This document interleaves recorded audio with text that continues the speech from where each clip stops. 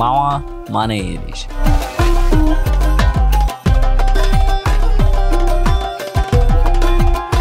বাংলাদেশে ইলিশ শুধু একটা মাছ না, এটা একটা ইমোশন, আর যার মধ্যেই পদ্মার ইলিশ সবচেয়ে বিখ্যাত।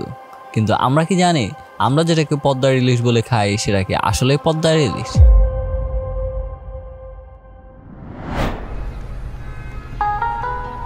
সন্ধ্যায় আমরা 4 বন্ধু মিলে চলে আসি গুলিস্তান, আর গুলিস্তান থেকে আমরা চলে যাই ডিরেক্ট মাওয়া।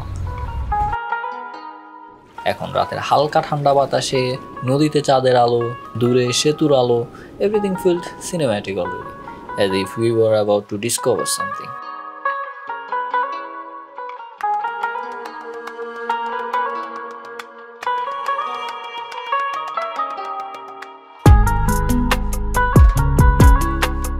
এখানে এসে মনে হচ্ছে কোনো এক ইলিশের উৎসব চলতেছে, যেখানে প্রতিটা দোকানে একটা শব্দ, পদ্মার ইলিশ।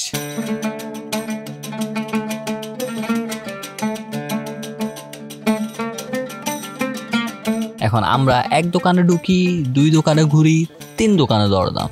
সব জায়গায় ছিল হাসি, মজা আর কিউরিওসিটি।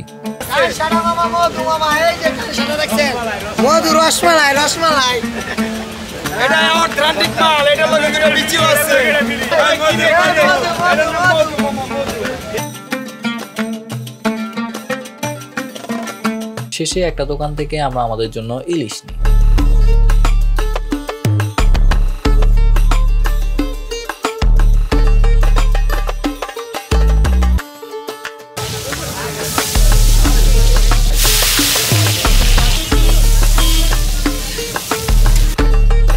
সাদা ভাত, ডাল, বেগুন ভাজা, ইলিশের লেজের ভর্তা, সাথে সরিষা দিয়ে রান্না করা ইলিশ। Their smell literally made us speechless. So, খাওয়া দাওয়া শেষ, সোনার বাংলাদেশ।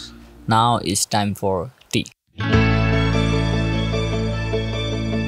তো আমরা ব্যাক করার সময় একটা রিক্সাওয়ালা মামাকে পাই, যার রিক্সা করে আমরা আস্তে আস্তে মামাকে জিজ্ঞেস করি যে মামা এগুলা কি আসলে পদ্মার ইলিশ?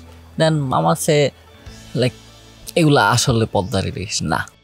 এখন জুন থেকে অক্টোবর এটা হচ্ছে প্রধান মৌসুম, যে সময় পদ্মায় প্রচুর পরিমাণে ইলিশ পাওয়া যায়। এরপরে সাধারণত পদ্মায় ইলিশ পাওয়া যায়। সো ইন মাই ওপিনিয়ন, সব কিছু যেভাবে চোখে দেখা যায় সব সময় তা সত্য দেখা যায় না। আর হয়তো পদ্মার ইলিশ খুঁজতে গিয়ে আমরা খুঁজে পেলাম দ্য টেস্ট অফ ট্রুথ।